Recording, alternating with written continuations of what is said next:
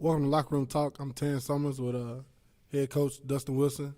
And the 2022 edition of Springfield Yellow Jackets Team 111 finished the regular season 8-2 while averaging 35 points per game while giving up 11 points per game.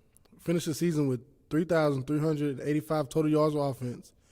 Logan Leffridge had 38 touchbacks and, of course, had his record-breaking 55-yard field goal, his longest on the season. Joe Woodard led the defense in tackles with 95, while Mill Tier with 43 came in second. 8-2 record gives the Jackets their fifth 8-win season in a row, ninth playoff appearance in a row, and set to host their 15th home playoff game since 2014. What a time to be a Jackets fan. Yeah, all that stuff sounds good. It's from defensive guy coaching little Joe. I like to hear that stat. Just a little personal part of it, but I don't get into stats. We do them every time before we leave. Don't get me wrong. Give it to the media for the kids to get credit, but the big one was the region. So you had 5 chances. We had that one opportunity we didn't get, but the wins and losses, it's just unfortunately a lot of times that's what you get judged on. But, man, we got a killer group of seniors. I hope they got another half of football season to play, and they just done what they're supposed to do so far. And we've got another game plan in front of us and get after it. But 3,000 yards, I would like to just compare that to somebody. I don't even – it sounds good, but I wonder what it is compared to others. But it's got to be good. I mean, from the beginning, our offense, seemed like it gained some rhythm. We had a hiccup at Beach, and but beyond that, that's some second halves not played too with running clock. So there's a lot of variables when you look at stats, but it all sounded good and positive, and individual stats and team stats, and you started off with the best one, the 8-2. So did some good things this year. Hopefully, looking forward to 5 more weeks. Obviously, one at a time, but it's just what you set out for when you talk about all summer. You talk about things like that. So now here we are, and we can take care of business 1 week at a time. Yeah, I know, in the summer, I did those interviews with all the seniors, and each one read off their personal goals and team goals, and a lot of those goals were accomplished, surprisingly. And some of them wasn't accomplished, came up very short, which is nice because they were shooting for a high ceiling, in my opinion. Yeah, that's right. And for me personally, I was like, it's a high ceiling. For them, it's just another season, and that's what their goals were. And they went out and tried to achieve them. Yeah, that's what I told them today when we left practice. I won't say it verbatim, but if you believe you can, you can. And now the visualization, you start, and I always tell them about it on Thursday, but watch a little bit more film and get after it. And whatever you can say you can do, here we go. Let's go do it. Jacket seniors have led this charge while the young guns have relieved some guys some weeks and saw playing time in a lot of games. What's the yearly approach to playoff football? The Jackets have made deep playoff runs the last 5 seasons, with 2 of them ending in a state championship appearance. With this group of seniors, they went to state their freshman year. They've been a few rounds deep every season. This has been the 5th season. What's yearly? What's the approach? Going to playoffs. What's the message? Make them first. But you answer questions, and obviously after you do it a couple times, they won't think people about it, almost try to talk you into saying something big, but you got to make them first. Now it's a week-by-week approach, and, we listened to Rudy Kalis last night at FCA. He's talking about religious and how God was in his life. Like, I would have never known that if somebody didn't talk to me about him. I think it's the same thing with kids. Like, you got to talk about it, and then what you don't talk about. So we've talked about Memphis Central this week, and that is all we'll talk about, and that's what gets put in front of them Friday, and we'll take care of business. And whatever the scoreboard says, they're going to play hard, and we're going to play hard. We're going to have a good game plan, and just hope today wasn't our last padded practice for that group of seniors, and just telling them facts. I mean, it's over and over. They've heard it, just like you said. Freshman year they didn't dress for the state, but we took them all, if I'm correct. What was his next year then? That would have been 20, so that would have been the COVID year where we ended in the 2nd round. And last year moved to 5A in quarters, and then this year it's time to write their story of their senior year. So just talk about things week to week and make sure that we don't talk about things that will get us off track.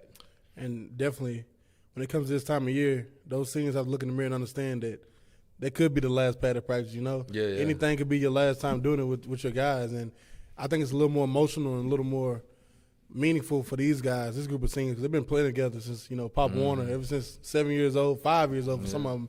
They've been playing football together, and they've came up together. And now it's their senior year. It's the time, like you said, to write their story. And they wrote it to half of it in the middle of the book. I hope it's some more chapters. That's yes, right. Sir.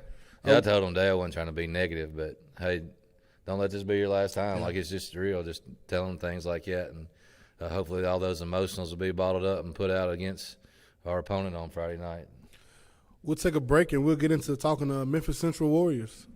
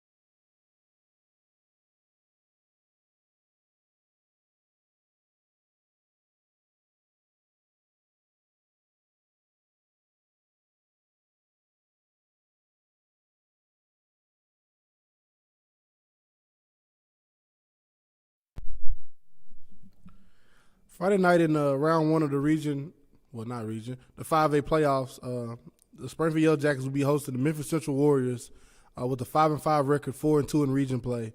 Memphis Central runs a spread offense with athletes all over the field. Not the biggest up front, but athletic all around. A great matchup for the Jackets in here in round one in the Nest to begin the 2022 5A playoffs. As we faced in 2018, and we'll face, hopefully, here if we take care of business Friday night, the travel aspect of this, Memphis to Springfield, that's kind of advantage in itself right there. Yeah. I talked to the coach, and he just said if everything goes right, we'll be here at 5. But, man, that's a lot of everything going right. Yeah, it is. I mean, I don't know what it is, but it's every bit of 4 hours on a charter bus, and then you make a stop and bathrooms or meals or whatever you got to do. But yeah, it's a big deal to be at home. It's a good playing that region for sure. It's a big deal because every one of them. I mean, Southwind, what is it? Central, Montford. What's the fourth one? Dyer County. Dyer County is the one that may be a little bit closer, and they get to go to Henry, but that's still traveling. But yeah, it's a big deal being at home, and hopefully we'll work it to our advantage. Yeah, I know. Back in 2018, before we were broadcasting the playoffs, we were just doing the tweeting that season. That was our first year, and I rode the bus with y'all those 2 back-to-back weeks to Jackson. And it was 18 North Side.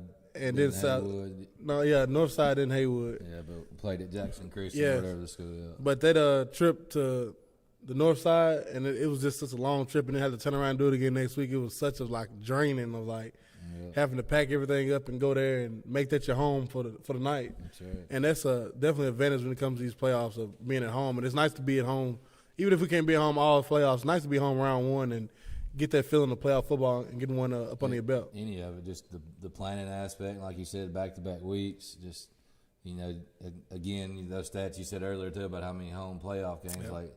Yep. Since our success here, for sure, we've been matching up with a Jackson region or a Memphis region, and it's a big deal, and that's what regular season means, and that's why you talk about making the playoffs and all your goals in front. So yeah. Hopefully our home field and our home stands out there for you listening, and our people and our atmosphere is ready to go on Friday night. With the number of seniors you have this season and the experience they have, how's the focus level been this week for them guys? It's been good. I think playoffs take care of itself. Yeah. We had Northwest last week, and no secret, they're struggling, but I think that coach is going in the right direction. But you can definitely tell a big difference between practice. I mean, you can't hide nothing from people, much less kids that live on the internet. I mean, that's what they do. So they know what's in front of them. They remember seeing it last year, too. Someone may say good and bad things about having a common opponent, but same scheme, same coaches, same kids. So all that stuff, I think it's helped us focus up just from Saturday morning. Yep. I know last season, the power outage. Yeah. In the third quarter, that was it was horrible. Freak accident, yeah. Yeah. But the Jackets came back out. I liked how I came down to the locker room and everybody was still calm, in the game mood of being focused and not losing focus, because that game wasn't too far out of hand last season. And not playing those guys, one play's touchdown if you take a break. Yeah, it is. Same thing this year. We're at the point in the show where I usually ask you what you want to see out of your team, but seeing that we are now in the playoffs, it's a win at all costs. So I'm guessing you just want to see them have more points than the other team. Yeah, I mean, you always want to root for that and win, and you don't want – you talk about seniors, you don't want their high school football life to be over. So obviously that's what I don't want to see in any of the coaches or any of the moms, dads, and all the supporters. But it's a game plan. I think a big part of it's I want to see how good we start, how anxious we are to get back after it. The first 4 to 6 minutes of this football game is – I'd like to see fast and explosive and get after it, and that's obviously starting it. But you get to halftime and make adjustments. It's still a football game. But that's one thing I'm ready to see. I'm ready to get back out there and after Northwest and second half of Portland, let's get out there and get after it and know that our playoff, our football lives, whatever stage of your career you're at, is at stake, and let's play like it. Man, and it's so crazy to think that even last week you guys were switching the combinations of people in and out still. We haven't seen, that one group of guys together that all are just, explosive. You may see a guy here, this guy might be out, you may see somebody new here. It's nice to know you're heading to the playoffs and everybody's healthy. Yep. Everybody's ready to play football and open it up here in Springfield Friday night. It's going to be exciting. I'm ready to see it, Coach. Yeah, it's a big deal. Me too. I like the health and kids and bodies and all that stuff's what you got to manage, and week by week. But we got one more walkthrough to get through, and we'll just everybody be ready to go, and just let's freaking get after it from the coin toss to running out the helmet to whatever we do, deciding taking the ball or deferring, and just every play is so big when you come to the playoffs. So ready to see this bunch. Don't get me wrong, a lot of them played last year, but now it's their team. Let's see what they play like in the playoffs. So I'm just as a fan of Springfield football, I'm ready to see what they're gonna do. Yeah.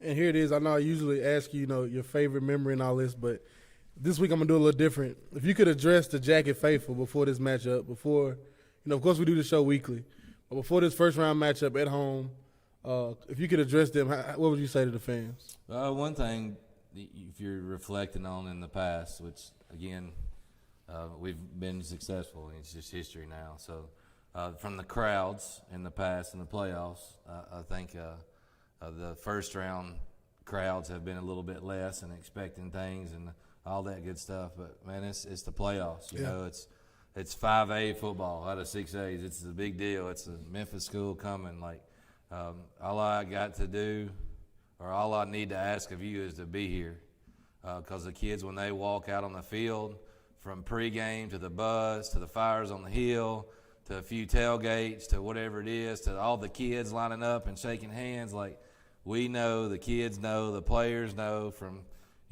Hollingsworth putting on the song when Group 2, all of it is magnified right now, and the kids know. So come on out here and let them know how much you care. And it's Friday night lights, which is Springfield, so that's what they brought us. Yes. You can't come out on the field, you can't high-five them, although it would be great, but, man, you can show up and be loud and support them, and third downs be loud, and cheer the band on, all of it. Just come on, and guys, playoff football is in your hometown. There's a lot of places that it ain't there. Yeah. So come on out and let's show off. I went to the playoffs 3 times in high school. Got put out the first round all 3. And I always said, we played one home playoff game in 2010. We were 8-2, and everybody was like, they're going to beat them. And it wasn't that much of a crowd there that night.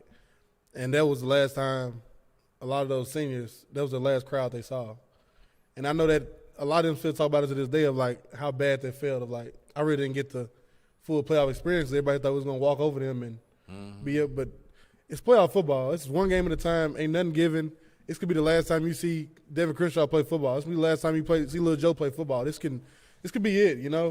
So, like you said, I encourage everyone to get out and come out and see these guys and see this show and be loud, be proud, and show Memphis Central what Springfield football is about. That's right, all of them, from the fans, from the coaches, their team. Like I told the boys last week during Northwest, like, teach. Like, they're a program that's struggling, that wants to do good things. Yeah. Like, when you walk out on the field and you do everything from sitting there watching the anthem to running out, everything you're teaching them. And Springfield High School faithful, you can do the same thing for Memphis Central faithful. That'll be showing. You can show them what an atmosphere is supposed to look like, and you're a major part of that. So, yeah, come on out and support your hometown football team. The Memphis Central Warriors have not won a road game since September 2nd, Week 3 at Dyer County. Overall, the Jackets are 17-4 in Round 1 playoff games and 6-0 in the first round, 6-0 in Round 1 home playoff games in the Wilson era. The hay is in the barn as the Jackets open the 2022 5A playoffs at home Friday night versus the Memphis Central Warriors. I encourage every Jackets fan to tell their mama, to tell a friend, neighbor, that I said meet me in the nest Friday night. From head coach Dustin Wilson, it's Terrence Summers. It's been Locker Room Talk.